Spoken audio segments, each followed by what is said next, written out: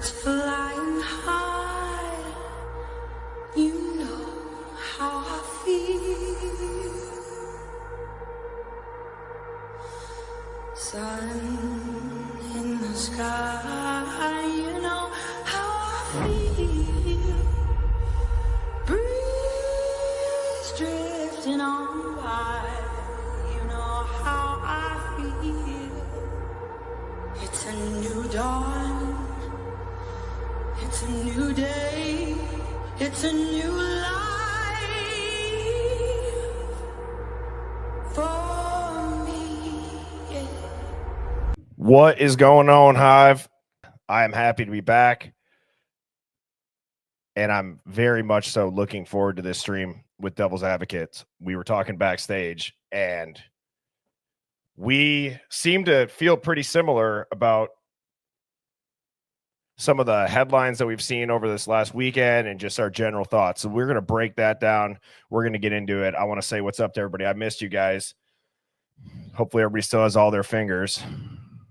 I do, fortunately. So we went a little crazy on the fireworks, and it was awesome. But I'm glad to be back. It was a great break to kind of unplug for the weekend.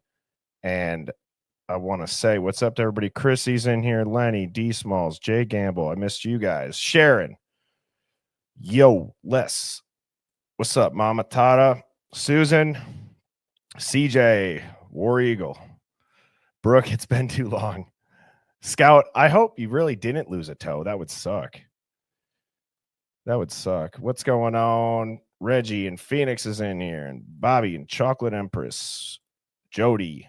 Kimberly's in Illinois tuning in. Regina. Jess says, what's up to the chat? What's going on? Nonchalant Dread Mom. It's another awesome username. Doms, what's good? My fellow cheesehead. I miss the Hive as well. April's tuning in from Texas. 509 fam is in the house. What's up, Toonie? Michigan. You're right, CJ, I can't. Key West. We got Palm Beach is tuning in. We got Tennessee, KCMO, North Carolina, the UK, Kansas, another Kansas. Pray for Texas is right. That's crazy. Shout out to that Coast Guard swimmer guy that saved like 165 people by himself. It's wild. Canada, Louisiana, Midwest, North Central Florida, Twilight Zone. I always like to end on a funny one like that, but what is going on, everybody? We got a good stream lined up for you. I'm going to go ahead. I'm going to bring Devil's Advocates up. Hey. What is going on, man? Living the dream. Getting kicked in the teeth by all the people who are like, it's over, man. Quit talking about Coburger. Oh, God. When we were sitting around the campfire and I had a couple of fireballs in me, I just couldn't hold back. I just had to let it go. I had to just say, I'm so sick of reading the headlines and then having to listen to people who only read the headlines that are like, that guy was the most obviously guilty person ever. And it's like, I sound like a maniac around a campfire. Yeah. But it's hard to really fathom how on its face obvious this is just not like what we're being told happened did not happen, everybody. Yeah, I had somebody that did the whole like, thank God this is over. I knew 15 seconds after reading the headline when it first happened 2 years ago that what happened. And I'm like, well, good for you for really giving it some thought, though. I'm really glad that you spent some time really mulling that over, that you knew in 15 seconds what the outcome was. And 2 years later, you're like, congratulations. I was always right from the very beginning. Good on you. Good job. No kidding. Right, dude? I mean, one of the things that's really been hard for me to wrap my head around is like how everybody just believes it too. Like they fully believe it. And that's obviously one of the reasons why I started this channel, is because I typically don't believe headlines, or I can kind of read through the headlines. Yeah. And I'm not saying that I'm like the world's best teacher at showing people how to do it. But when you start asking the right questions about like, well, why would they say that? Or who benefits from that? Once you learn to do it, you can't not do it. Right. Yeah, and I pretty much, I mean, I can't 100% prove it, but like I kind of retired a while back, and there was a guy that I worked with that was super. I thought we were friends, but he knew what I was going to do, that I was going into YouTubing and stuff like that. And when I went back to go visit my old workplace, he treated me like shit, wouldn't even talk to me. And it turned out like he doesn't like that I do what I do. He's like, I think it's disgusting that you support people who are killers and whatever. And I'm just like, wow, like I had no idea that's how you felt about things. But like, yeah, it's horrible. So yeah, I guess you can say I didn't lose a friend because it wasn't a friendship in the first place. If that's really how he views our relationship is. That's sad. That's too bad, man, because it's such a simple way of looking at it. And clearly your guys' relationship in his mind must have been much shallower than how you viewed it. So yeah. Well, good riddance. Be gone. Yeah. And, you know, when I have this graphic up, framing Brian Koberger, I still think is too simple of a summary of what happened. Because, guys, I'm starting to wonder if Brian Koberger, like when I say, was he framed or was he just literally railroaded? Like they're not framing him in a way. Like I know he's in prison now for the rest of his life, allegedly. No plea deals. But like, did they even frame him? Because there's no evidence on him. Yeah. I have a feeling like, you know, where my gut stands is during the entire trial, I've made it vocals many times, and I'm not the only person who just didn't feel like Ann Taylor was up for the challenge. I'm like, you know, she seemed intimidated by Hitler. She seemed weak with her arguments. She would drop the ball on things that we would see and be like, how the hell is she not bringing this up? And you know, and I know that people would say like, oh, she's being super clever. She's laying down all of the groundwork, and so I kind of went along with it for a while. I was like, oh yeah, I can see how she's going to bring this back up later on trial, but there is no trial. And then you have to ask yourself, was that always Ann Taylor's plan from the beginning, is get a plea and walk away from this thing? Like, she never intended it to go to trial. She knew she was her only job. I'm beginning to wonder, was her only job in her mind to just get a plea deal and walk away? That she never really intended to fight this in court anyways. But then how do you explain her standing up and saying, Your Honor, my client is innocent? Right. I mean, that's her job, right? That's her job is to presume that her client's innocent until proven guilty in a court of law. So, I mean, I would argue, I guess, that's just literally what she has to say. That's literally her job, is to put on the presumption of innocence. But behind the scenes, she's paid by the same people Bill Thompson is. You know, it's like these guys are paid by the state. She's paid by the state as well. So what was, in the end, it was all just a kind of hey, let's just put this thing to bed. Now, granted, did we have to wait 2.5 years to do that? Maybe it took that long to convince Koberger to take a plea deal. I don't know, but it makes, you know, like I said, at the back of my mind, I have to wonder how effective a counsel he had, especially when you have a public defender who is paid by the state to get an outcome that is favorable to the state. One can argue that her job is to get an outcome favorable to the state. So yeah, and what is going on, Sherlock Holmes? It's funny, actually.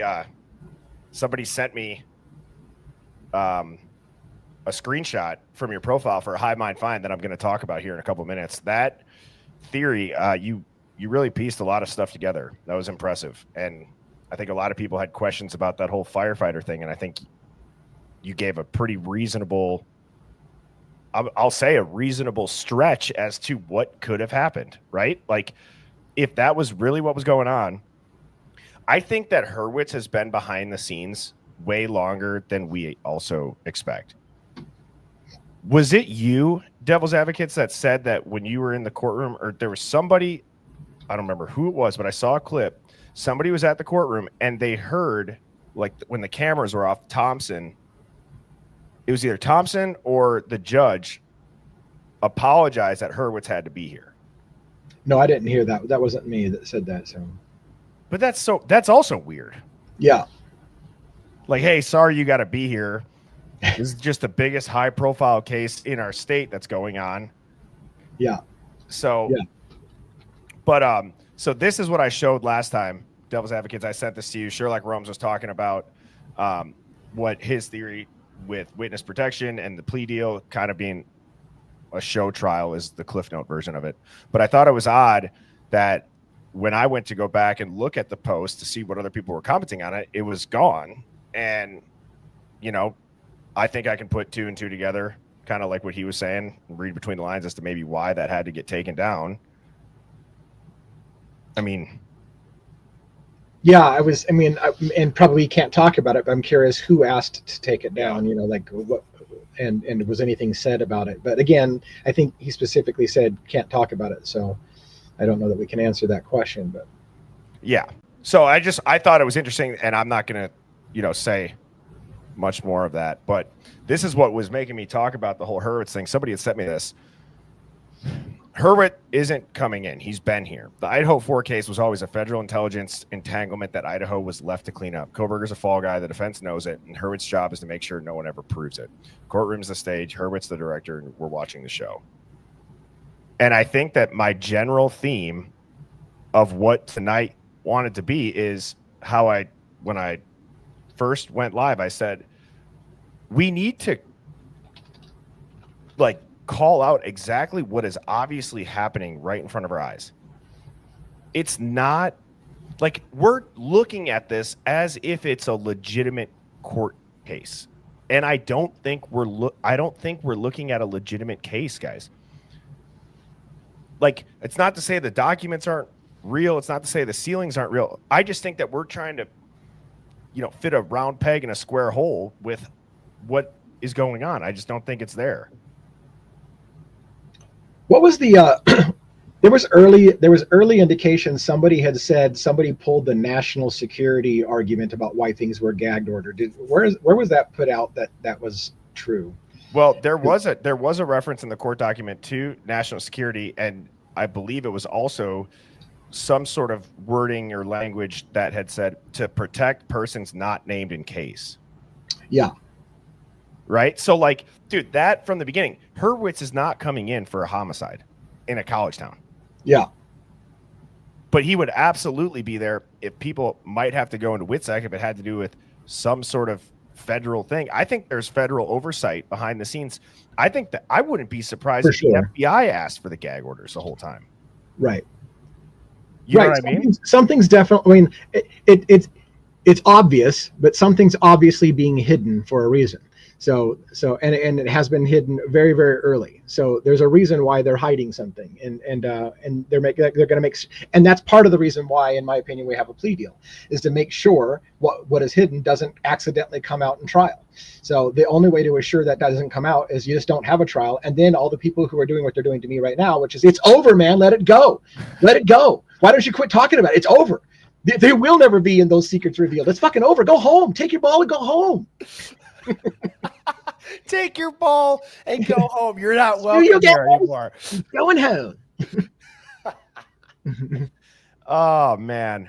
Well, I don't know if we're ever going to figure it out. I believe that we'll probably in the next 5 to 7 years see some crazy Netflix documentary that comes out and exposes whatever and tells us really what happened.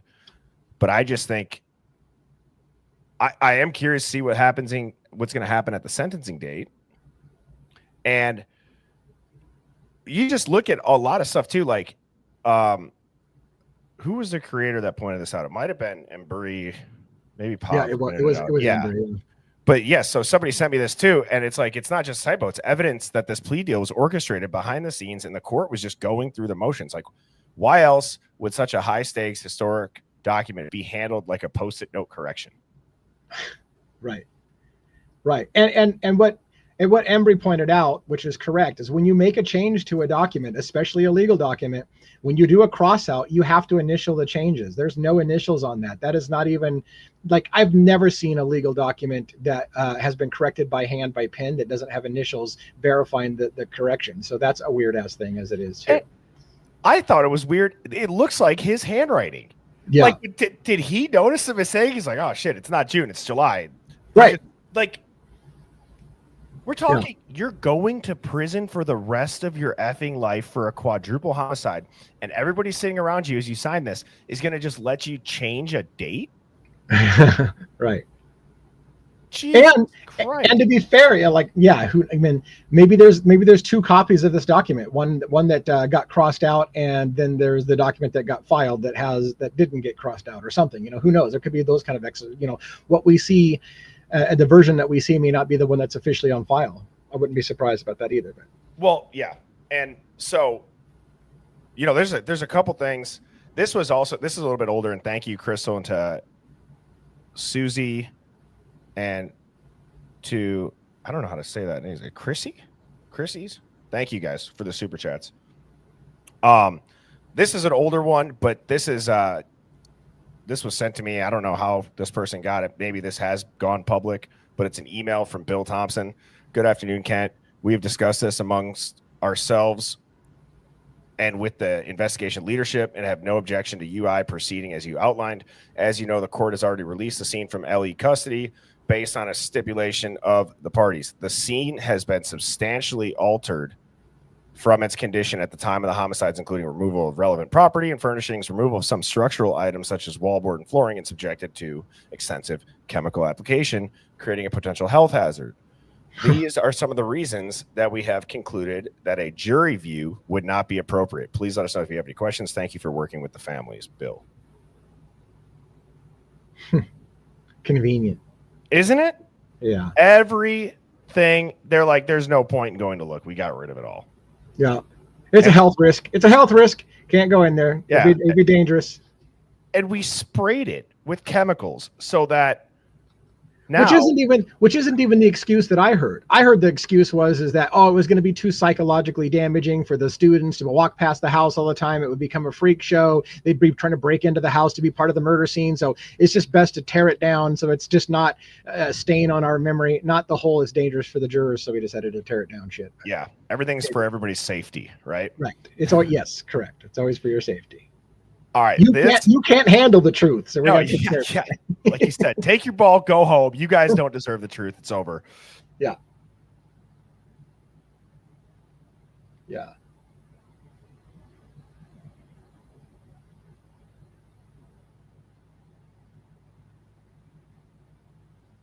Uh-oh. Did we just freeze? I thought we just froze up. I didn't hear you talking. Yeah, we're back. You can hear me? Yes. All right. I thought you were just going super silent and thinking about things. Oh, no. Sorry if that froze. My bad.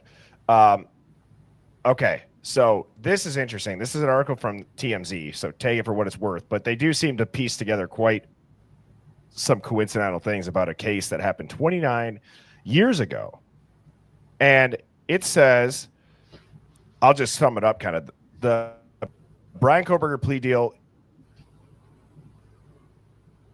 Oh, no, you're freezing up again.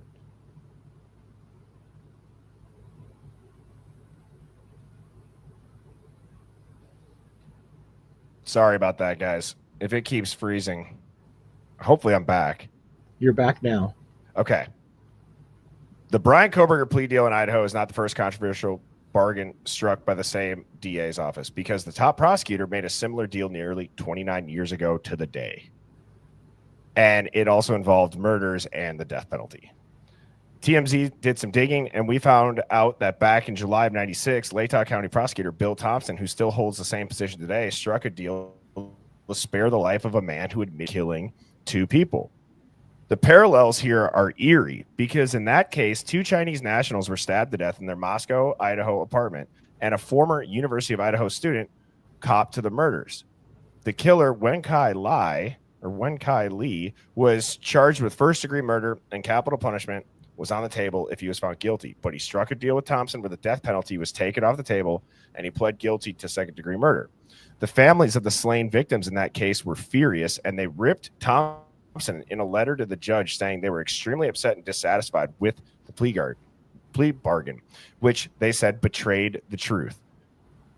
Charged with first-degree murder and the brutal stabbing deaths of the Idaho 4, the students were killed inside their off-campus home in Moscow. Prosecutors were seeking the death penalty. They made a deal with Koberger, who pled guilty in exchange for prosecutors removing capital punishment. We all know what happened, but the families of 2 of the victims are up in arms.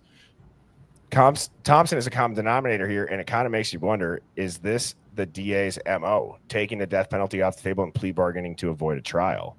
And at the end, he said as much back in 96 saying that the plea deal secured a conviction without the risk or expense of a trial. That is some dirty shit right there. Yeah.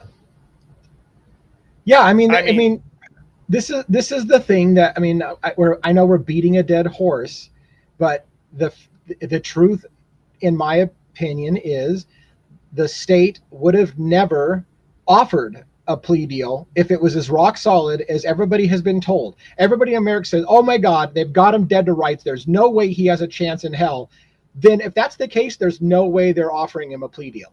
If they know they've got him, there's no way. So the fact that they gave him a plea deal means that they had a risk of losing the case. And Bill Thompson isn't going to go out and retire on a loss.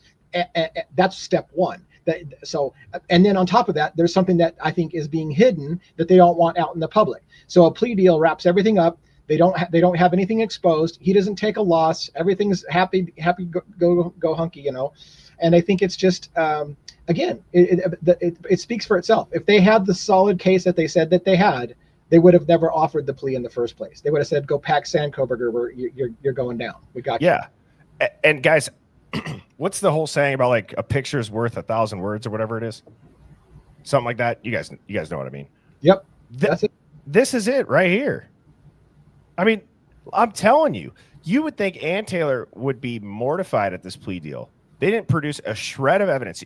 The way that the prosecution summed up that PCA in their own little varied version of it, it's like, how in good faith do you sit there and let your client say yes to that?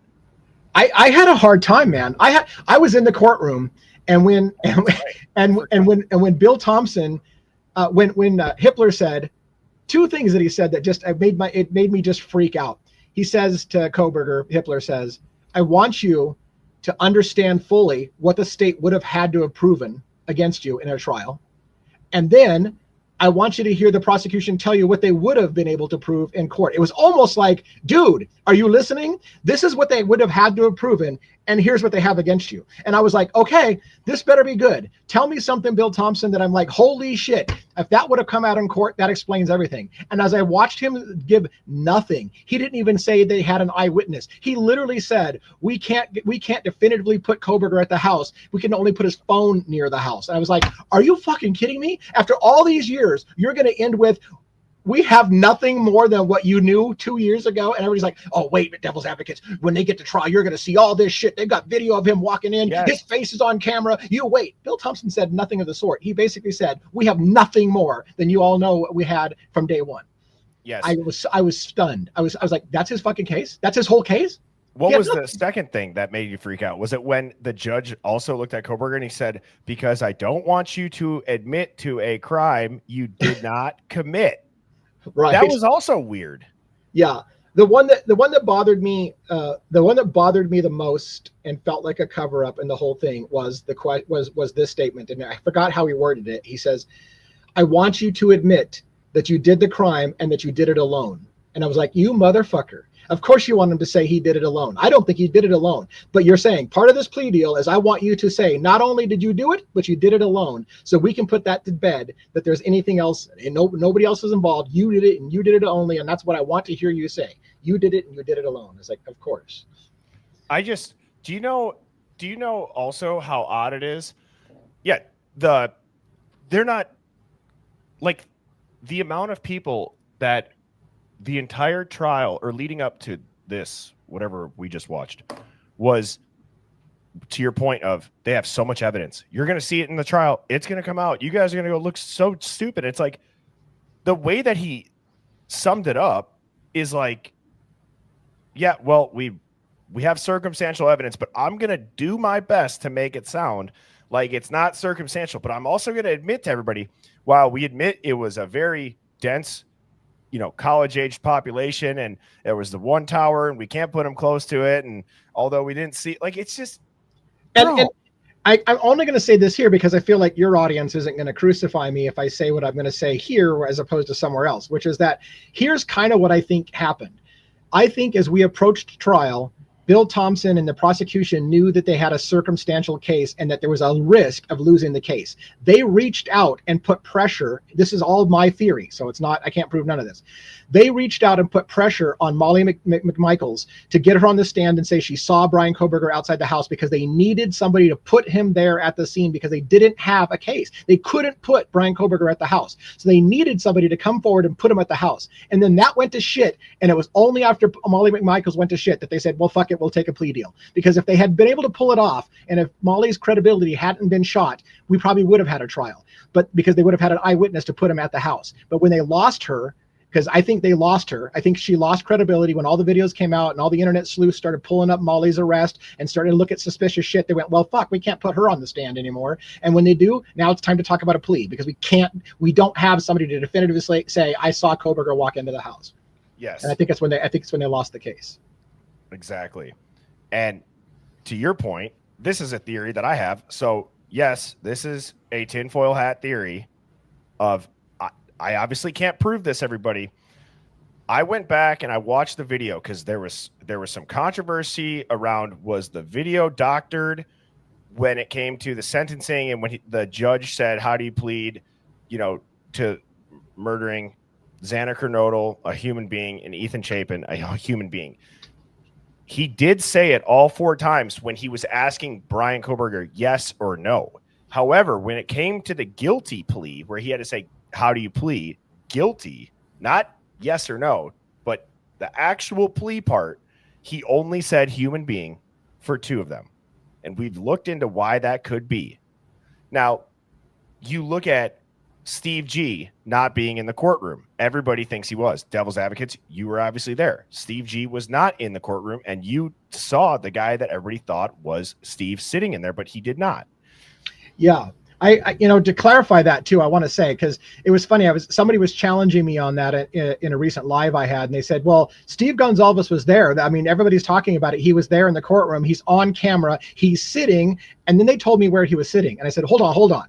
I was in the courtroom. So if you're telling me where he was sitting, let's look. So I did on a live, I typed up a picture of the courtroom, and I was lucky enough, we got a screenshot of the guy, and they said, see right there, that's Steve Gonzalez. I said, nope, that's not. I'm glad I saw it with my own eyes. I can see why you think it's Steve Gonzalez, because it does kind of look like Steve Gonzalez from that image, but that absolutely was not Steve Gonzalez. First of all, that was where Kohberger's family was sitting. There's no way in hell Steve Gonzalez is sitting buddy with Kohberger's dad and mom. That's who that person was sitting with. It was Kohberger's parents and his sister. That was not Steve Gonzalez, but it does admittedly look a little bit like Steve Gonzalez. But I'm glad that I saw, because that when they said, yeah, that's him right there, I was like, okay, good. I'm glad we can put this to rest, because I can guarantee you. And on top of that, I saw a video later of Steve Gonzalez on the porch or on the steps of the courthouse, and he was wearing a different colored shirt. So he wasn't even in that colored shirt for the trial. So I can personally say definitively Steve Gonzalez was not in the courtroom. So that's where, again, my whole tinfoil hat thing of people go, why is Steve G not in the courtroom for this? Well, if he's, let's say that whole, again, I'm speculating on the human being thing, but it wasn't read for Maddie or Kaylee. So is that why Steve G legally got away with breaking the gag order? Is that why Steve G's not in the courtroom? Guys, that's the stretch. That's obviously what we do on the stream. So again, this stream might not be for everybody. If you're going to get pissed about that, it's not meant to offend anybody. The judge. I want to tell you another thing. By the way, I just finished reading Howard Bloom's book, When the Night Comes Falling, and I recorded my thoughts on the very last chapter. One of the things that came out in the chapter was about how Steve Gonzalez, along with his private investigator, was investigating the thing because he didn't trust the feds. He didn't trust Moscow Police Department. He needed to know for himself. He didn't think they were doing a good job. Steve, through his investigator, got a lead on somebody who was, how did they word it? That knew exactly what happened in the house. I think it was Bethany Funk. The FBI, according to Howard Bloom, told Steve Gonzalez, let it go. You will not contact that person. You will be arrested if you try. That is a confidential informant. You will not pressure them. And he was ready to sit down and say, look him in the eye and say, tell me what the hell you saw that night. And the FBI stepped in and said, we will arrest you, Steve, if you talk to that person. Do not talk to them. So I personally think that was Bethany Funk. I think the feds moved her out of the state, took steps to make sure that she wouldn't come back and testify, because I believe she has exculpatory information that would, I think personally, and it's a guess, I think personally, Bethany Funk saw somebody at the back of the house out of their clothes, putting clothes into a garbage bag. This was rumored in text messages. It was rumored in several places that Bethany Funk saw somebody. I think she did. And the problem is I think who Bethany Funk saw wasn't Brian Koberger.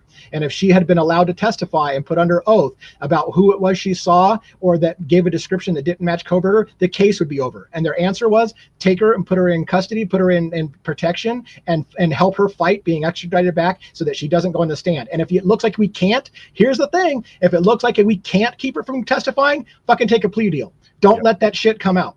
Take a plea. If you can't keep her and she's going to be subpoenaed and she's going to have to go under oath, then take a plea deal and get off of this thing right away. And now that makes a lot of sense why Hurwitz would be there. That's absolutely something he would get involved with, right? Depending on who they're protecting that witness from, right? Like, that turns federal. And, I just go back to thinking about it. To wrap it all in a bow, you have no murder weapon, no motive, can't place him in the house, no direct contact with the victims. It wasn't a sexual crime. He didn't stalk them. Right. And they've said all of this. That is the reality of it. Brian Koberger, it does not make sense, everybody. You just brought up another thing. That was another one that put the hackles for me. Now, maybe not for you, and I know people get upset about this, so I'll try to skirt the issue. I thought it was telling that Bill Thompson said, I want to make it clear there was no sexual element in this case. And I thought, isn't that fucking interesting that Bill Thompson feels it's necessary to make sure everybody knows there was no sexual component to the crime. I think that was done for a reason, because there's alternate suspects, that there's an indication that it has some kind of personal thing of a sexual nature. And he's like, I want to make it clear there was none of that, which was hopefully to put that rumor to bed, is what I think that was for. I agree. And think about all these douchebag experts that come out and say, he's an incel, he's a loner, he's did this was 100% sexual crime. Like, dude, there was literally no evidence of that. When you want to talk about there's no evidence in this case, right? And they want to say there's so much evidence. Okay, well then fine. At least we can have a give and take. Show me the evidence of anything sexual that you guys absolutely drilled that narrative into people's heads to now. That's the only thing that people parrot is right. It's so wild. And it drives me nuts that they've repeatedly said Brian Koberger had no connection to any of the girls in the house. We have no evidence whatsoever there was any connection whatsoever. And again, Howard Bloom's book ends with, here's what happened. He went to the Mad Greek restaurant, which we can't prove. He saw Maddie and he became obsessed with her. And then he had to kill her because he couldn't have her. And I'm like, there's no fucking connection. They literally said it on the stand. There's no connection between Brian Koberger and any of the girls. But yet we're going to still go with the narrative. And this is what drives me nuts the most. We're going to hear this 5 years from now. I'm going to hear somebody pop off. Well, yeah, he was obsessed with one of the girls in the house. And I'm going to lose my shit. I'm like, are you kidding? 5 years later, we're still talking about he's obsessed with one of the girls in the house. They already said it wasn't true. But you know what's weird? You just said something that just kind of sparked a thought, which is it looks like a crime of passion. Yeah. But there's nothing that Brian has that would create him to have that passion to do the crime. So when you break it down that way, yeah, it absolutely looks personal. Allegedly, face is beat in, it was stabbed, it was done with a knife, it was brutal, right? Let's think about this too. This is something that I just thought of just today when I was thinking about it again. So Bloom's idea and many people's idea is somehow this mysterious meeting between Koberger and Maddie made him obsessed with Maddie, and she was the target because he couldn't have her, or maybe she rebuffed him. And I'm thinking, okay, let's go back to that pool party. Brian Koberger got girls' phone numbers, texted them, and they blew him off. They didn't write back. If he's a serial killer guy that can't have the rejection, why didn't he kill her ass? Yeah. Why didn't he immediately go kill her? If he can't handle rejection, that's a female we know rejected him. Did he go kill her? Why? It doesn't make sense to me. It doesn't make sense. And we've talked about this on the stream too, just because you brought that up on that text message that the girl gave Dateline to show about when Brian did follow up with her that next day about going hiking, right?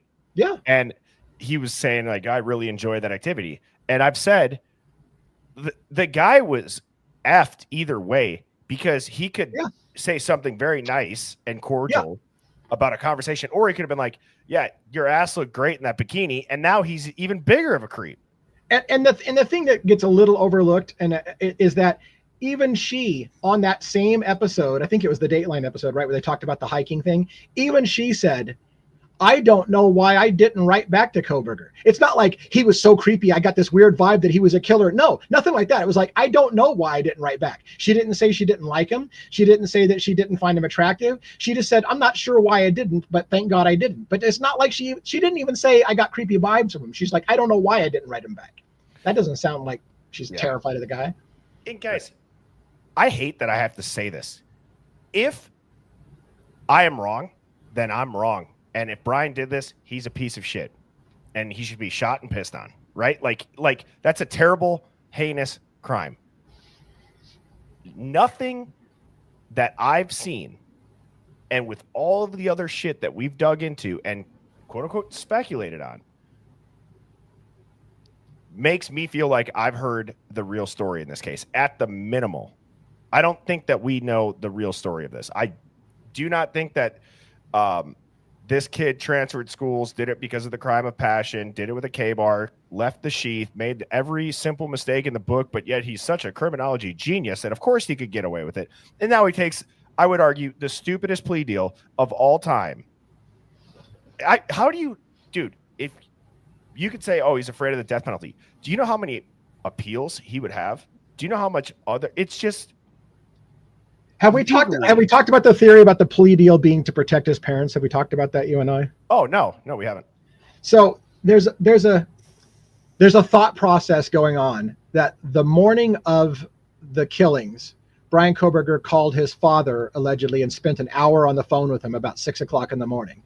It's come out in later investigations that call may have been to a phone number registered to his father, but it was actually his mother that he talked to for an hour on the phone right after the timing of the murders. Now, where that goes is, the speculation is, did Brian Koberger do something like this? Mom, I fucked up. I got into a thing. I've done something. I can't tell you, whatever the case may be. Maybe he confessed in some way on that hour call right after doing something. It was like, I fucked up. I'm in big trouble. And if they held that, they might be threatened for accomplices to murder after the fact, because they withheld that information from law enforcement during the investigation and stood by their son and didn't tell anybody. Did someone then lean on the parents and say, not only will your son go to jail, but you're going to jail as well, because you knew about it? And did that factor into the plea deal of like, well, now they're not going to just go after me. Like maybe Koberger would have been willing to take his chances by himself, but now they're threatening to throw his parents in jail as well. So did that factor in? Yeah, maybe. And I think Hugh Forick 7 made a good point. Like Bethany called her parents also, but the news didn't make a big deal of that. Right. I wonder see, this is where I go back to, like, because I saw a lot of people in the Hive saying, like, BK could be a Fed or he's in WITSEC. If he's a Fed, like, do you think he'd maybe be calling his mom being like, hey, here's my assignment. I'm about to be the worst person in America and crucified and absolutely drugged through the mud, and our lives are over, Mom. I'm talking this out loud for the first time right here. Here's another thing. Steve Gonsalves said on the steps of the courthouse when he was on his interview. By the way, I don't know if you know. Anyways, I don't even know where to start. So before the trial, at about 7 o'clock in the morning, the courtroom was going to open at 8. I was in line since 3 o'clock in the morning. At 7 o'clock in the morning, I had media come rushing up to some of the reporters. It's hard to explain, but there was media that came with, like, Fox News had like 5 reporters there. One was in line with me to go into the courthouse, and the rest of the team was outside. So somebody from Fox comes up to his Fox reporter standing in line next to me, and right in front of my earshot says, hey, we just got word Steve Gonsalves is going to make a stink in front of the courthouse. He's coming to make a protest on the steps of the courthouse. And the guy's like, holy shit, where should I be? Do I go into the court or do I stay out here for Steve Gonsalves' shit show? So that was all happening right before we went into the courthouse. Now, I decided to go into the courthouse rather than wait for the shit show on the steps. And so I missed the entire shit show. But when I saw the video later of Steve Gonzalez, and allegedly what I was told happened is Steve Gonzalez walked his wife Christy up the steps of the courthouse and then turned around and didn't come in and left. But the media ambushed him. And a statement that he made in front of the cameras really struck me as really interesting. We know when his parents booked their flights. And they said, what do you mean by that? And he goes, that's all I got to say. We know when you booked the flights.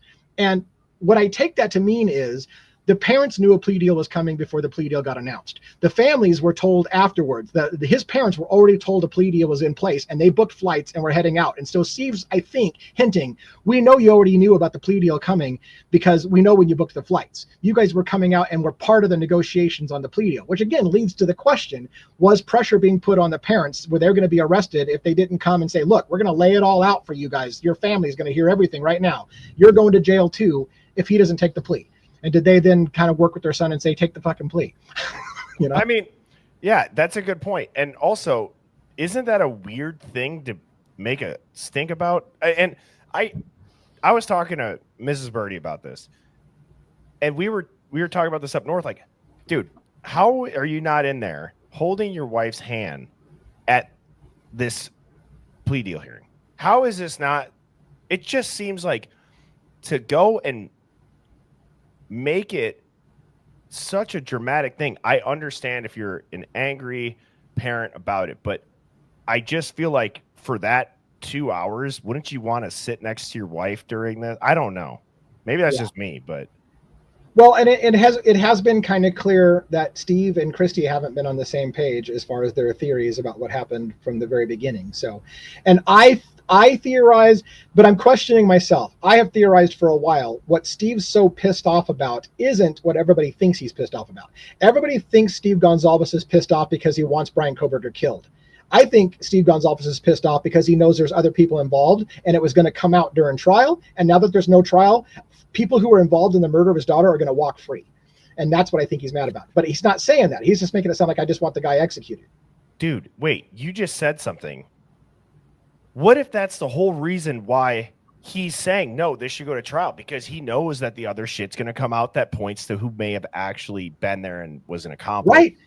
I think that makes sense, dude. In my mind, here's what I think happened. Bethany saw something. It wasn't Kohberger. It was somebody else that was there. He knows through his private investigator that there were other people involved. Steve Gonzalez knows that. That's my theory. It's a theory, people. I'm not saying this is fact.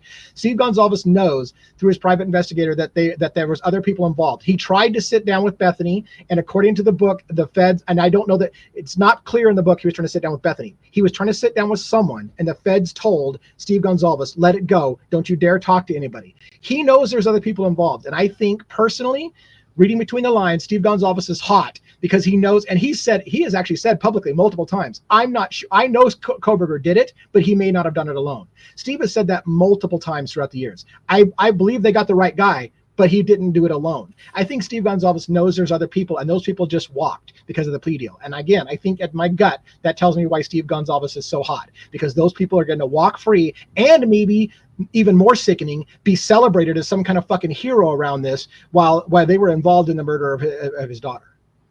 So, oh, dude, because so let me ask you this: if Brian Kohberger would have went to trial and he's found not guilty, like this might be a stupid question, does that reopen an investigation into this crime?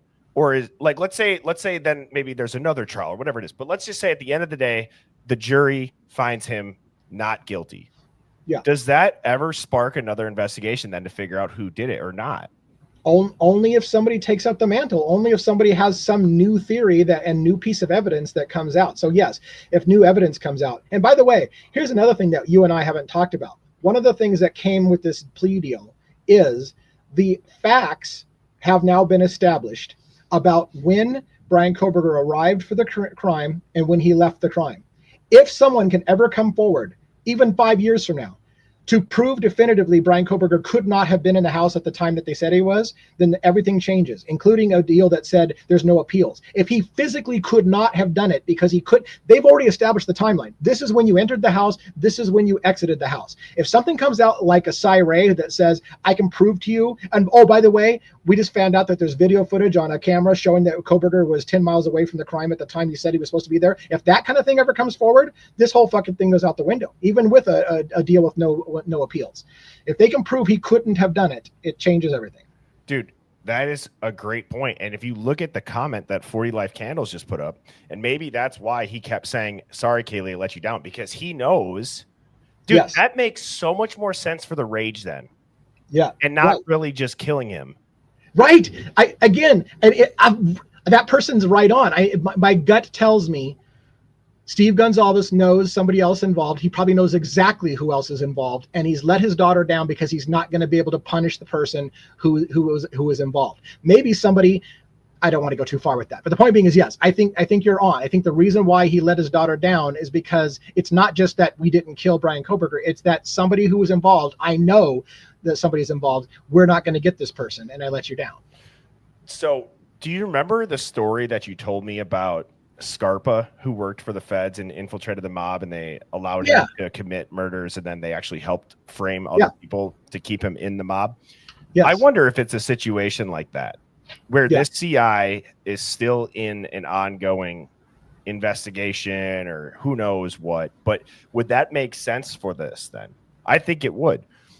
I mean, they've done it in the past. Right. I think there's an element. I don't know if that's the exact scenario, but I think there's an element in which the government has some secret involved with this house and this murder tied in somehow. And therefore it is in their interest to keep that hidden. And again, the only way to keep that hidden is to have no trial. If this goes to trial, secrets get exposed, and you risk having something. So if you have something, even if Koberger wasn't a CI, even if there was just maybe one of the killers was a Fed or involved with the feds or working with law enforcement to break up narcotics rings, and he ended up doing the killings. If somebody under their guise and their protection is involved, they want to hide any involvement or complicity in that and not stopping the guy from doing something. So the only way to do that is to not have a trial. Which, that's what we've also said too, is that's the part that I don't know if everybody has the ability to do it naturally thinking for themselves, or they have to be told for it or asked a certain question. And so I'll tell the story from like up north around the campfire, how I'm like, all right, I can't just listen to everybody talk about this guy's the most guilty guy ever. And I'm like, I just asked, like, if there was an ongoing parallel investigation that was being done on a college campus and somebody that was involved in that homicide was working for the feds or is undercover or is, caught on camera, and they can trace it back to like, whoa, he's actually in with the law enforcement. How would they ever come out and tell anybody that? Yeah. They would have to cover it up.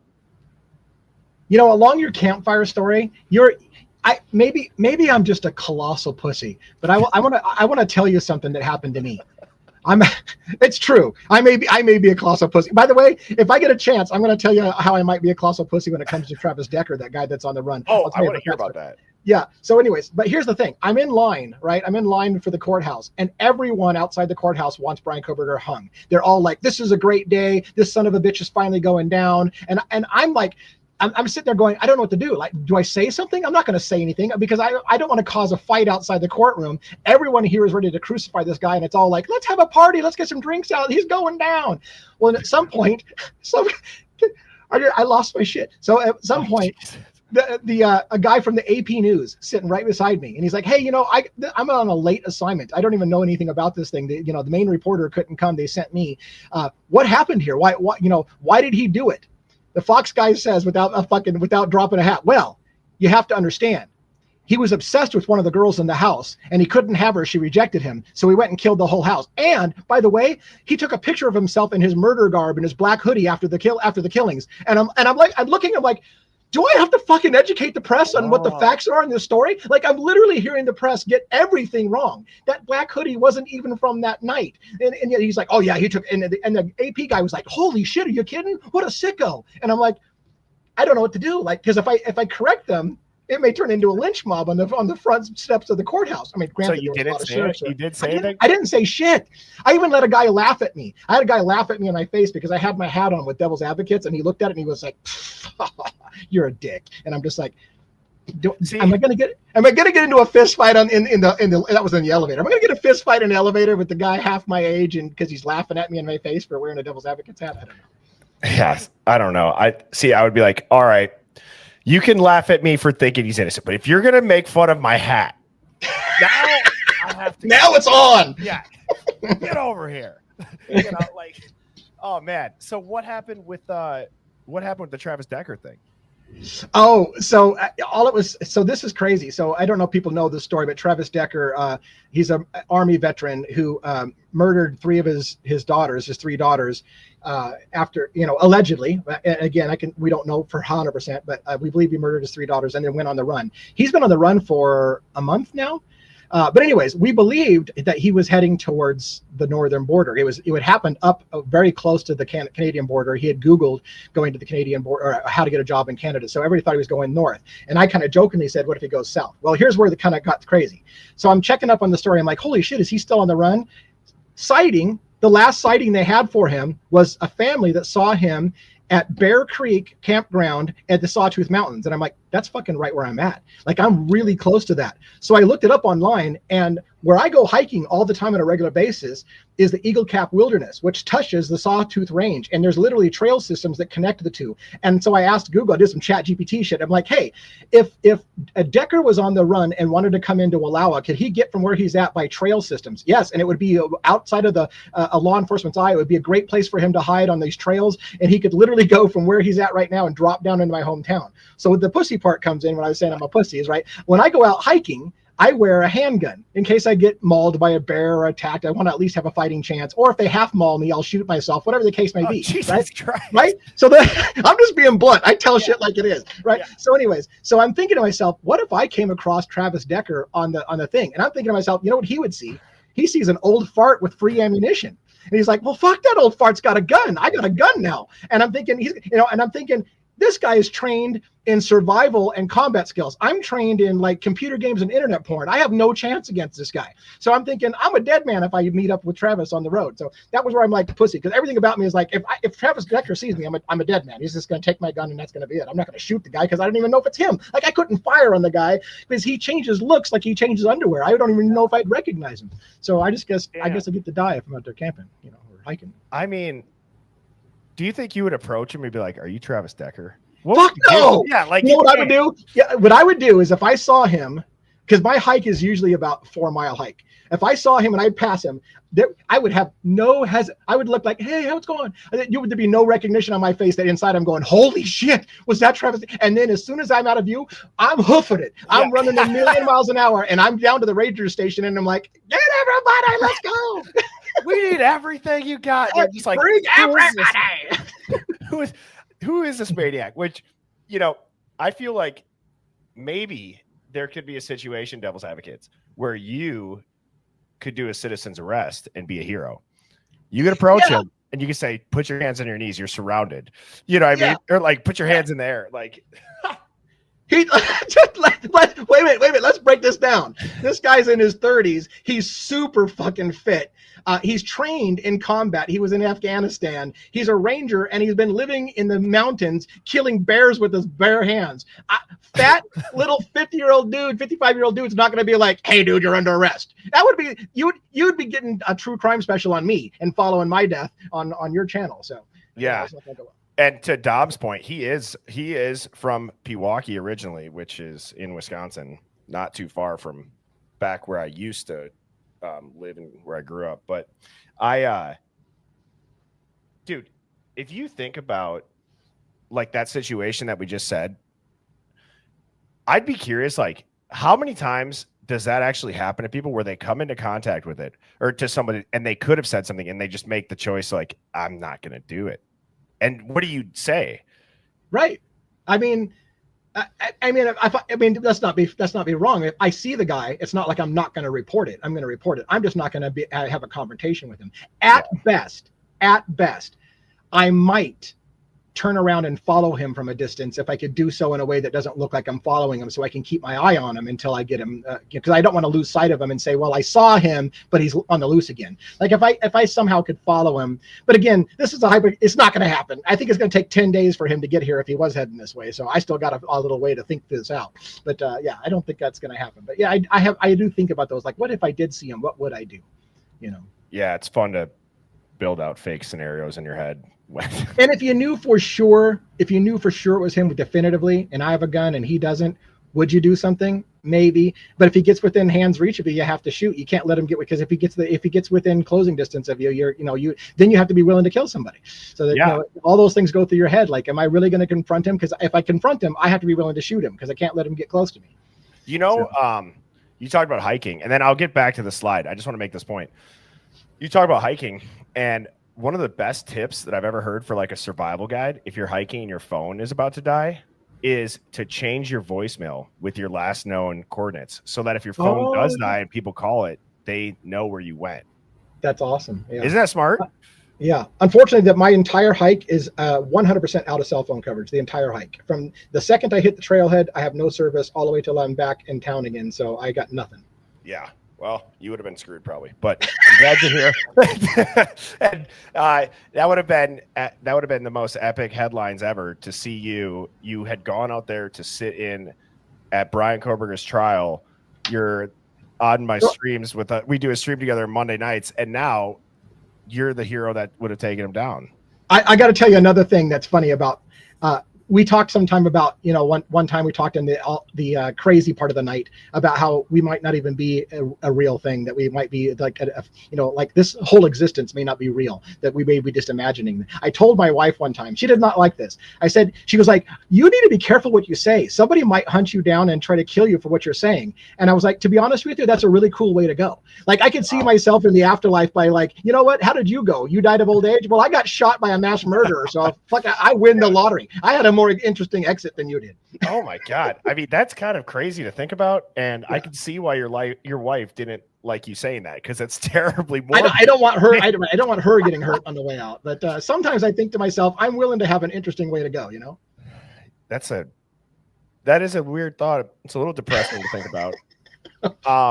So dude, to wrangle this back in, and Hive, thank you for letting us go off on those tangents. We enjoy it. I found this video. I don't want to just play this whole video, but I want to show you guys if you're interested in watching it, because it's a little bit longer. Okay, so and I'm gonna open up this link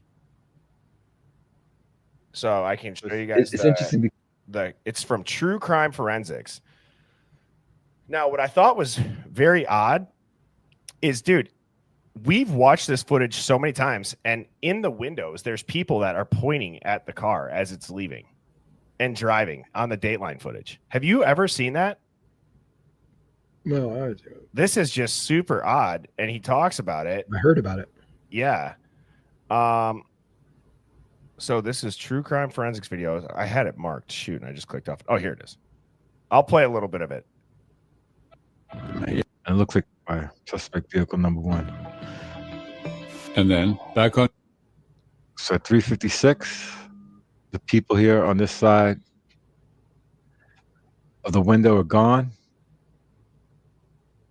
and they're back over here on this side. King Road at 3:56 a.m. And you see more movement from the body.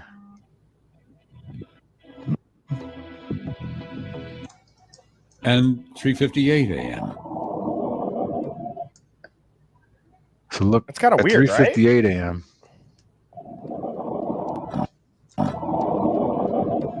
All this leads me. You can see the head turn right there. Mm-hmm. The head is turning as the car is turning. Let's go back.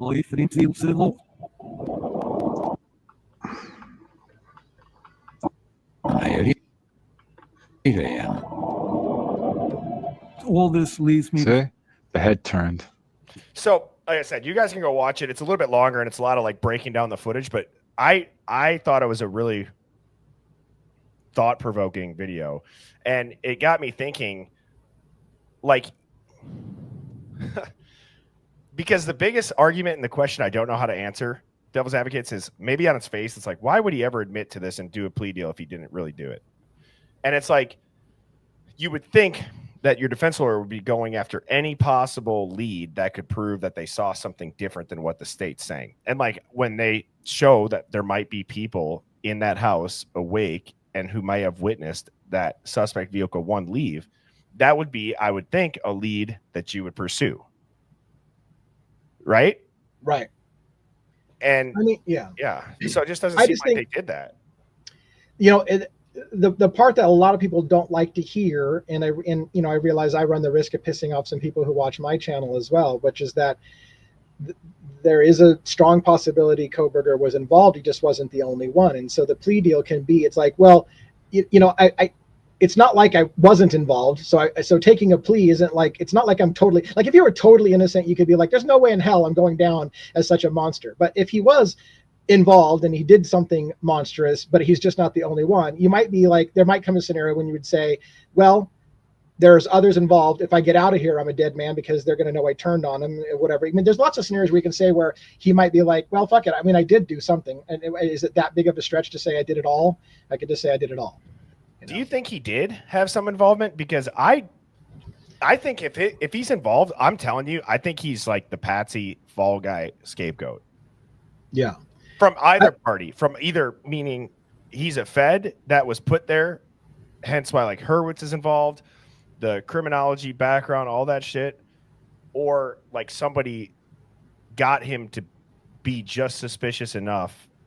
I've run over a million theories, and I think that there's a part of me that says that he's involved in some way, but I don't know to what extent. And it literally could have been as well. So not talking all this through, shit was happening around the 2 a.m. to 3 a.m. time in the morning. This is the time that the girls, Kaylee and Maddie, are texting Jack DeCoeur frantically. Something's going on. Around that same time, Kohberger allegedly hits the road at 2:40 something. Right around the time they're frantically calling Jack DeCoeur. I think shit's hitting the fan somewhere around that time. Now the question becomes is, did Kohberger go and did they know he was on the way? Did somebody was on the way and Kohberger was involved in taking someone to the scene? Did Kohberger literally show up at the end to help clean up? And maybe he didn't get involved. He was just, I'm going to help clean up because I know a thing about forensics and I can help you clean up. So maybe he didn't have the balls to go do it, but he knows how to clean up a crime scene. So there's a million scenarios in which Kohberger could have been involved in some way, either dropping someone off, going there after the fact. Maybe he did show up after the fact. Maybe the murders happened around 3 in the morning, between 3 and 4 in the morning, and he showed up only during the window to do a little cleaning and head out. Like there's a million scenarios in here in which he's part of it, but not the killer necessarily. Yeah, I mean, shit. I don't know. Everyone's always said, oh, he's a cleaner, oh, he's a getaway driver. But yeah, I think there'd be more. We'll never know. I just think there'd be more evidence for either of those than what we've seen too. I agree. Yeah. The story that they have does not make sense. And again, I'm sticking with, for the moment, I'm sticking with Steve Gonsalves's outrage is that there are other people involved and they're going to walk because there's no trial and it's never going to come out. And I think he said, one of the things that Steve said, remember this, I can't remember how he worded it, so maybe I'm reimagining it in a way that it wasn't said. He said something to the effect, you wait until this goes to trial, you're going to be blown away what's going to come out in trial. Could it be because Steve Gonsalves knew that the extra accomplices were going to come out in trial? Maybe he always felt Kohberger was one of them, just not all of them. And he's like, you wait till you see what's going to come out in trial. It's going to blow you away. So I can't remember how he worded it, but he indicated that there was a shocker coming. And I remember I said, bullshit, Steve Gonsalves, anything that's going to happen, we already know about. Well, maybe not, because maybe there was going to come out during cross-examination and things like that. Right, exactly. And I think he said, you're not going to, like, don't believe the speculation that you're about to hear. And I think it was actually pertaining to some of the roommates. Yeah. And dude, I've always thought about too, like everyone talks about how that black jacket being on the fire hydrant might have been Maddie's. Right. And I'm like, did they run? Like everyone's like, oh, it might have went down outside. Like, did Maddie and Kaylee escape? And then that's what they're being protected for. That's why in the court documents, it doesn't say human being. I don't know. Yeah. The human, I mean, you kind of hinted, but I didn't really tell you. The human being thing has bothered me. Lots and lots and lots of people ask me about it. What do you think, devil's advocates, about the fact that, you know, they only said human being on 2 of the victims? And like you said, same thing my wife said, the first time it was all of them were human beings. It was only later that it didn't become. And I said to her, I said, the problem I have is, what are you implying? That they weren't human beings, that they were aliens, that they were fictional characters? Like, what exactly would it mean, even if it wasn't just a slip? And again, the other thing is, some of these documents are written by more than one person. So could it be Hitler was literally reading something that had been prepared, and 2 of the people were written by one person and 2 were written by another, and they didn't have the human being part? Like, there's a million excuses you could have. I don't know how I feel about it, other than everybody wants me to, like, say what though? Like, say what? That they weren't human beings? Like, I'm not sure what it would mean that he didn't call 2 of them a human being. I don't even know where to go with it. It's only when he read the actual plea deal part, when he had to plead guilty or not guilty. So that's a hell of a mistake. It's a hell of a typo. Yeah. It's a hell of a non-correction. It's a hell of a, I do it right the first time, but not this one time when it matters. Right. I hear you. I mean, I get the same, I had the same tinfoil hat collection you do. So I get it. I just don't, I just haven't felt comfortable yet with, like, saying, oh, that makes, because that's usually what happens when I have a gut feeling. And he's like, oh, here's what probably happened. And I don't have that. Like, there's not a part of me that says, oh, I know why it would have been done that way. That's the part I'm missing, is that gut hunch that says, now I know why they said it that way. Palantir's Gotham platform is used by government agencies, including the FBI, for data analysis and tracking. Thank you for the super chat. That's a great point. Palantir has come up quite a bit. All right. What else did you want to talk about tonight? Because I have kind of a tinfoil hat conspiracy that has to do with this case itself. Or actually, should we just watch this quick? Not this. Sure, yeah. Let's watch the plea deal and let's listen to how he says it for people that maybe don't know what we're talking about. So as to count 1 burglary, the state would have to have proven that on or about November 13, 2022 in Latah County, Idaho, you unlawfully entered a residence located at 1122 King Road in Moscow, Idaho, with the intent to commit the felony crime of murder.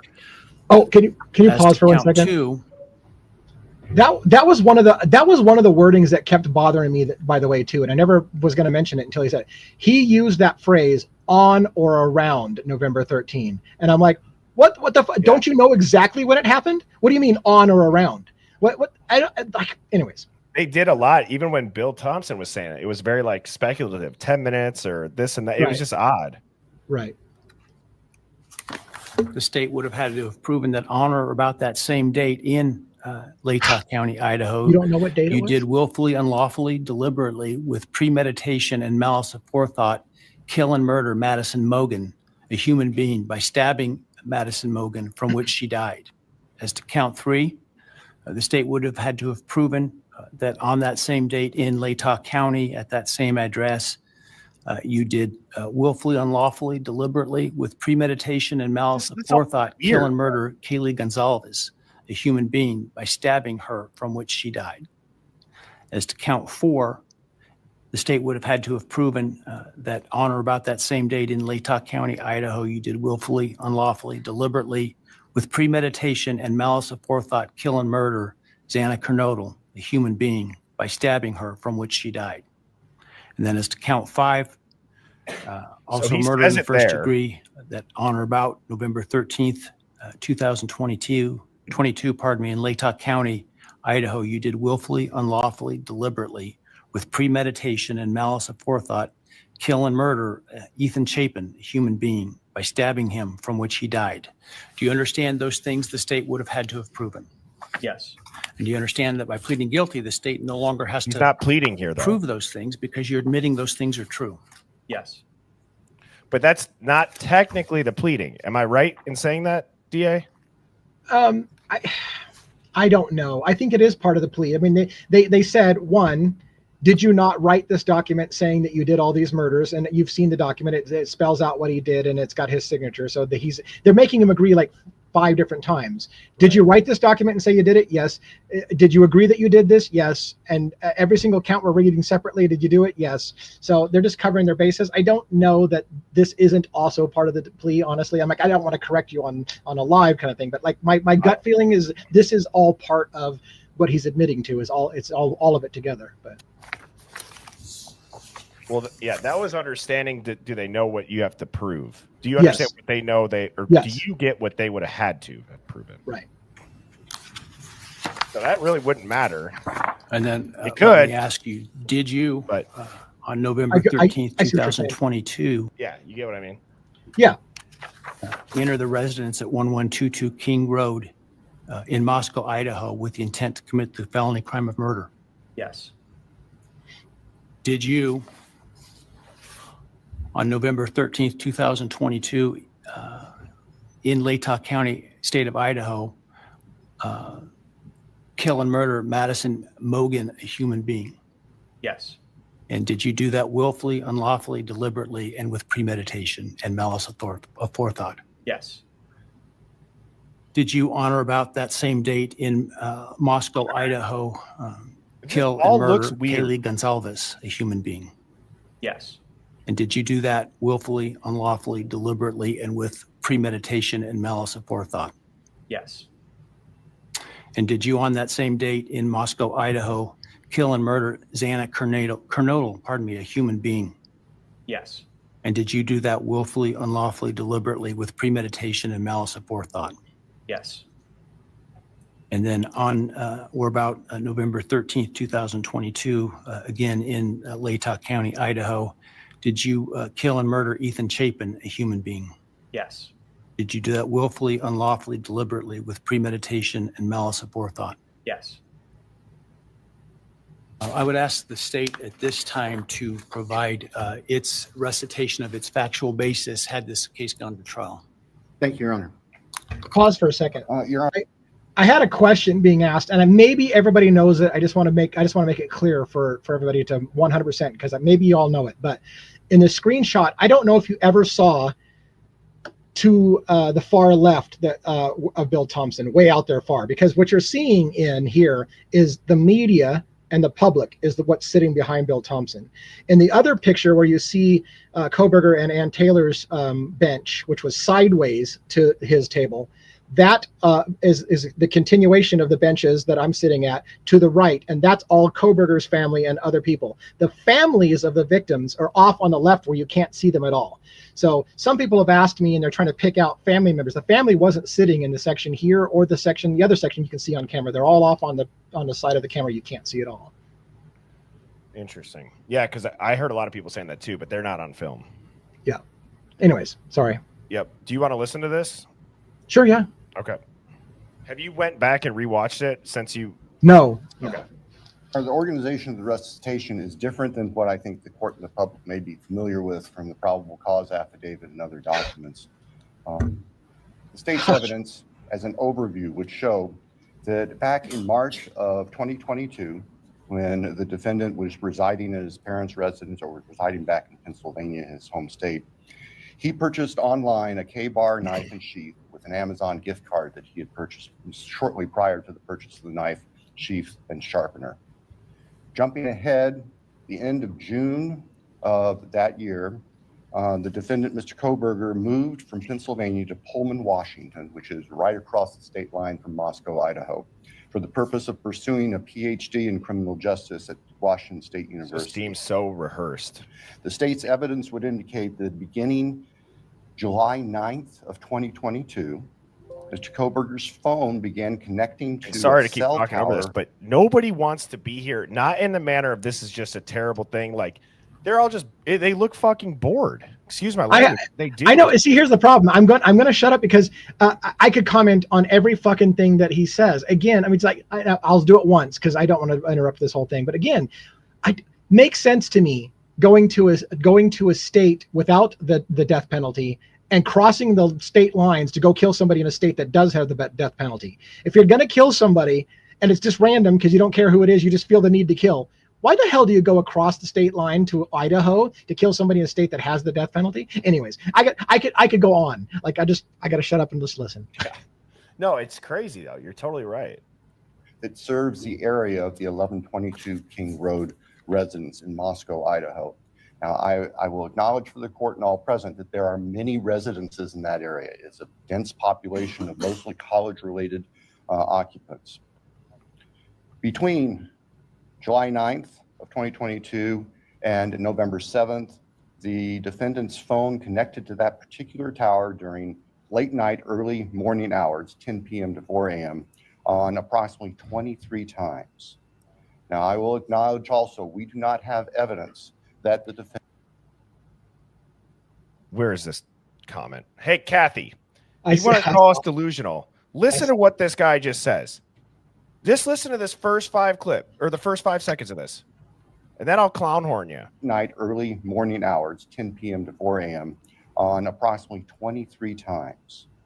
Now, I will acknowledge also, we do not have evidence that the defendant had direct contact with 1122 or with residents of 1122, but we can put his phone in that area on those times. Yep.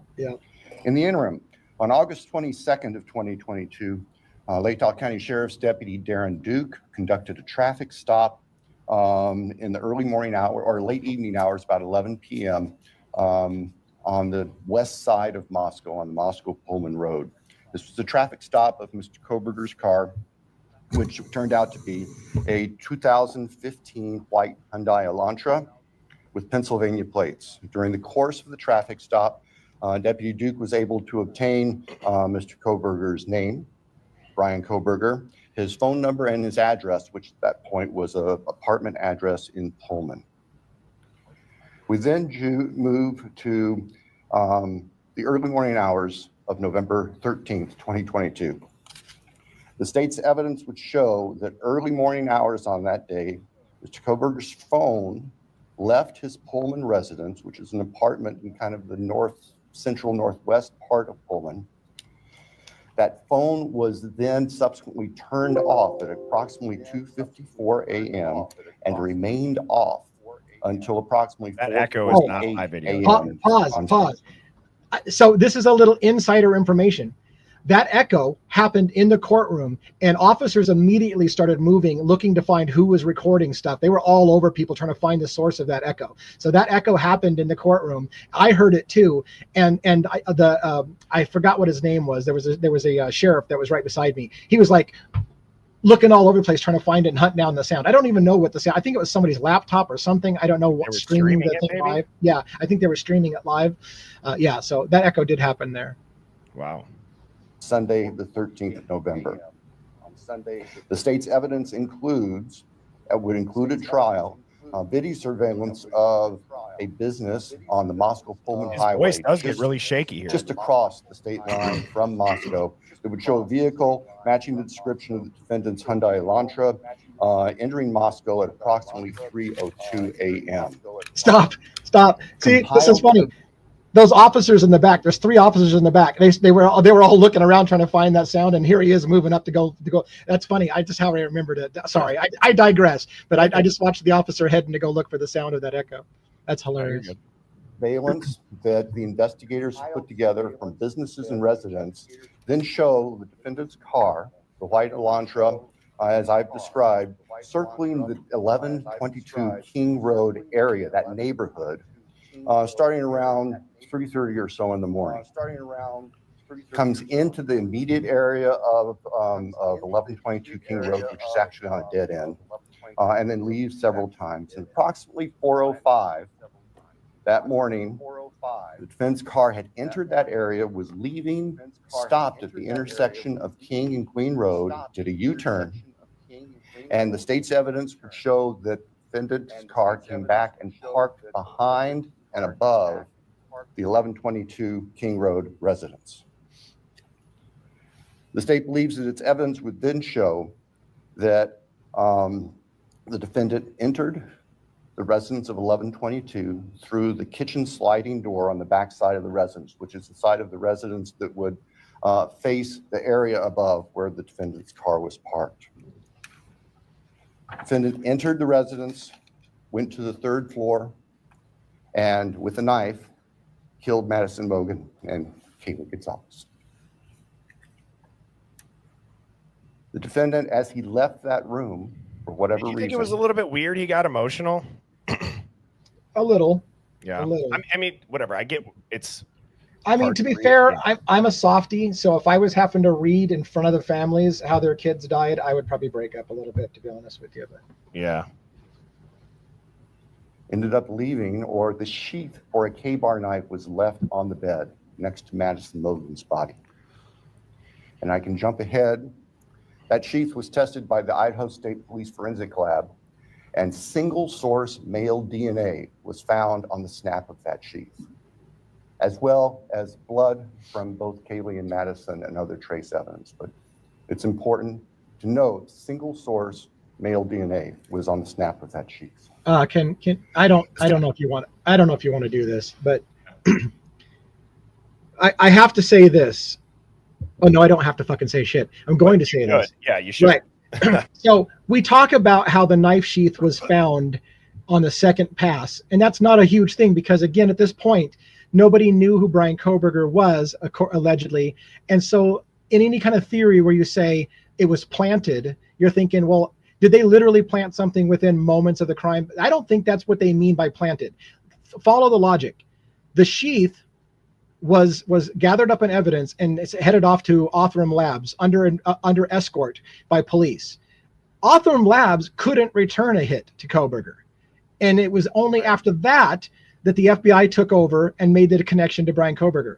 That's where you get the planted thing. It's not that the knife sheath was planted. It's the allegation that the DNA matching Brian Kohberger to the knife sheath was planted after they had come up with the name Brian Kohberger and then conveniently had DNA with his name attached to it so that's the question. It's not that the knife sheath. What I'm trying to say is for those who think it's impossible to believe that the knife sheath could have been planted that early and know who Brian Kohberger was, that's not the allegation in my mind. The allegation is, did, after the FBI had Kohberger on the radar, say, give us the DNA evidence, we know who did it. Oh, look, we found his DNA on the knife sheath. That's the DNA being planted, not necessarily the knife sheath being planted. Anyways.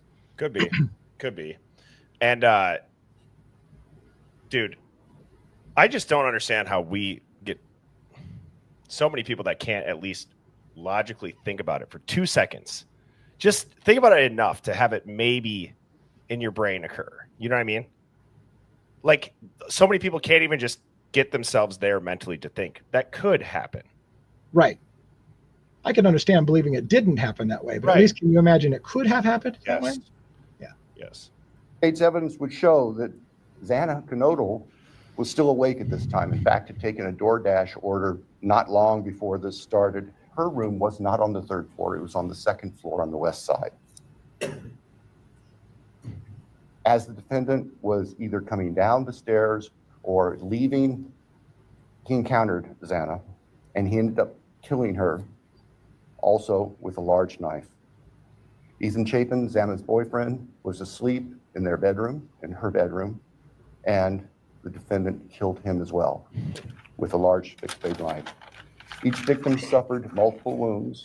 I will state for the record that there is no evidence there was any sexual component or sexual assault on any of the victims. I want to make that clear so there's no speculation. There were two other roommates in the house. As everything and they else were you're already saying, asleep. speculation though. During the course of this, one of those roommates awoke, looked out her door not knowing what was going on, and saw the defendant, who was dressed in black with a black balaclava on, holding some sort of container in his hand. And she saw him leave the house through the direction of the kitchen. I can't get past this. Didn't Steve say, I thought, maybe I'm wrong. Didn't Steve say they've got Brian Kohberger at Walmart purchasing a Dickies outfit and it was a blue Dickies outfit? If it's a blue Dickies outfit, he's dressed in black, according to the defendant. So is it blue or is it black? Like, anyways, maybe I'm wrong. Maybe the Dickies outfit wasn't blue. Maybe it was black. I don't know. But dude, like, we don't even need to watch this whole thing. It's like obvious at this point. We're already able to poke a hole in it. Yeah, and let's not. I don't want to beat the fuck out of it, but again, so Dylan doesn't hear Xana awake and being attacked and fighting back, which would have been screaming, I think, but she doesn't hear that, but she hears a whispering, there's somebody here. She hears she hears that, right? But she doesn't hear Kaylee fighting back. She doesn't hear Xana fighting back right next to her. She hears whispering of what sounds like, hey, I'm here to help you. That she can hear. She can't hear somebody screaming for their life as they're fighting and putting up a hell of a fight. Like, anyways, we beat the fuck out of this. Anyways, pardon me if I keep dropping. Oh, out you're there. good. I got to stop that. But I'm just looking up something. Somebody talked about the color of the pen ink in signing it. And I'm like, does that matter in a court document? used to be that you weren't supposed to sign in blue because it didn't photocopy well. I think they still kind of go along with the don't sign in blue thing, but Yeah. Well, dude, either way, I was going to say to kind of wrap this up, our goal of the stream was to just kind of call it out on its face. It's a very obvious, like, it doesn't, if it was as straightforward as people wanted to say it is, everything else in the court would sound straightforward, and none of it is. The documents are sealed. Hurwitz is involved. Koberger takes a plea deal, but yet Ann Taylor says he's completely innocent. We have very flexible timelines and the story of a PCA that's just their own version of it. So, I mean, Yeah. dude, what are your closing thoughts, dude? Did we get hoodwinked, or is this just a bad, terrible situation? yeah, I've already said it, but I'll say it again. My closing thoughts are: I feel like there's a part of me that says Brian Koberger didn't do it at all. So let's get that clear. There's a part of me still that says that he could have accepted a plea deal because he had no choice, and he may not have been involved at all. That's I would give that a possibility still for me. Probability, I think he was involved, but he wasn't the only one. And the plea deal was so that it wouldn't come out in court who else was involved, because they're protecting the people who were involved because of whatever reason. And that's the reason for the plea deal, is that he had some involvement, but they don't want the facts coming out because it'll fuck everybody up, and it'll tell us something that they don't want us to know. That's what I think really happened. And dude, we still got to get together for one of those Friday night after show parties for a stream. That'd be a good time. And then everybody can also join the Discord. I launched that about a month ago. Shout out to Dawn. That link is in my YouTube bio. I always go in there for about 30 minutes after the stream. So when I get done here, I will be in the Discord chatting with everybody. That's always really fun to kind of debrief. And go ahead. I'd like to tease one thing if I can. I mean, Yeah, I know you're pretty cool about that. I'm also covering the Gilgo Beach Lisk, they're calling him now, the Long Island serial killer. I did a video today that I think is worth watching if you're all interested in watching it. It talks about snuff films. Remember the movie 8mm about the whole theory is, are snuff films a real thing? There's police officers, the chief of police who was found supposedly with a snuff film in his possession, who knew Rex Heuermann, the serial killer, and took steps to hide law enforcement's investigation into Rex Heuermann. So that's a video that I put out today. If that intrigues you, check it out. I think it's pretty interesting. Give you a little whet your appetite as something to kind of sink your teeth in while we wait to see if we're ever going to find out anything more about Brian Koberger. Yeah, 4 hours ago it was just posted. I'll check that out too before bed, because you were texting me about that. That's insane. Yeah, that's insane. It's pretty crazy shit. Oh well, dude, I always enjoy having you on. I look forward to Mondays, and like I said, let me know about maybe this upcoming Friday night if you do it each Friday, or if you only do it once a month. I do it every Friday. So you're welcome any Friday. Hopefully we can pull that off this week. And if not, we'll get it in there here sometime. Yes. And then also Hive, we're going to be doing the second Hive Mind Roundtable. I will have those dates by the end of this week. I will be live every weeknight. I don't have anything that should interrupt the schedule of 7 p.m. Central each week. And yeah, with that being said, I appreciate it, DA. And if you don't have any closing thoughts, we can wrap it up. Other than just thanks for having me on again, and help. Thanks for. I know that I get feedback all the time that people love seeing the two of us go together. So I hope that continues and that I don't wear out my welcome. But either way, thank you, sir, for bringing me on your show and giving me some time to run my mouth. Oh, I look forward to it so much, and I think it's awesome, and I'd like to continue it for the foreseeable future. I think the Hive likes it as well, and maybe you should pop into one of our Discords one of these nights. Yeah, Discords. So for sure. But yeah. Okay, Hive, I'm glad to be back. Like I said, I hope everybody had a good long holiday weekend. You have all your fingers and toes and nobody blew them off on accident. Who was that football player that did that? Was that Jason Pierre-Paul or somebody that blew his hand off on the 4th? Anyways, hopefully you didn't do that to yourself. DA, I will see you next Monday. And Hive, I will be back on tomorrow night at 7 Central, and I'll be in the Discord in 10 minutes. So I will see y'all there. Later. Cheers, everybody.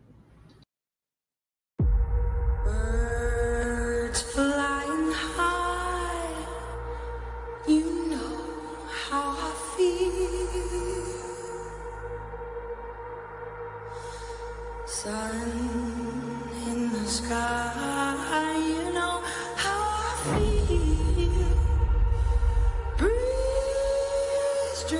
drifting on by. You know how I feel. It's a new dawn. It's a new day. It's a new